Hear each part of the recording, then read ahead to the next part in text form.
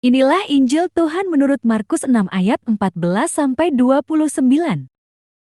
Raja Herodes juga mendengar tentang Yesus, sebab namanya sudah terkenal dan orang mengatakan, Yohanes Pembaptis sudah bangkit dari antara orang mati dan itulah sebabnya kuasa-kuasa itu bekerja di dalam dia. Yang lain mengatakan, dia itu Eli, yang lain lagi mengatakan, dia itu seorang nabi sama seperti nabi-nabi yang dahulu.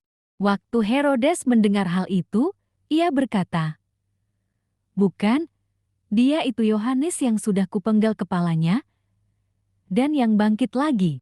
Sebab memang Herodeslah yang menyuruh orang menangkap Yohanes dan membelenggunya di penjara berhubung dengan peristiwa Herodias, istri Filipus saudaranya, karena Herodes telah mengambilnya sebagai istri. Karena itu Herodias menaruh dendam pada Yohanes dan bermaksud untuk membunuh dia. Tetapi tidak dapat, sebab Herodes segan akan Yohanes karena ia tahu bahwa Yohanes adalah orang yang benar dan suci, jadi ia melindunginya. Tetapi apabila ia mendengarkan Yohanes, hatinya selalu terombang-ambing, namun ia merasa senang juga mendengarkan dia. Akhirnya tiba juga kesempatan yang baik bagi Herodias, ketika Herodes pada hari ulang tahunnya mengadakan perjamuan untuk pembesar-pembesarnya, perwira-perwiranya dan orang-orang terkemuka di Galilea. Pada waktu itu anak perempuan Herodias tampil lalu menari, dan ia menyukakan hati Herodes dan tamu-tamunya.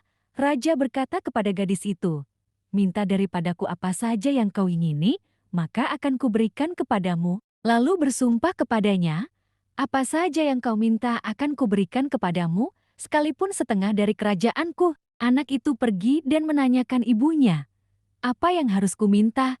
Jawabnya, kepala Yohanes Pembaptis. Maka cepat-cepat ia pergi kepada raja dan meminta, aku mau supaya sekarang juga engkau berikan kepadaku kepala Yohanes Pembaptis di sebuah talam. Lalu sangat sedihlah hati raja, tetapi karena sumpahnya dan karena tamu-tamunya ia tidak mau menolaknya. Raja segera menyuruh seorang pengawal dengan perintah supaya mengambil kepala Yohanes.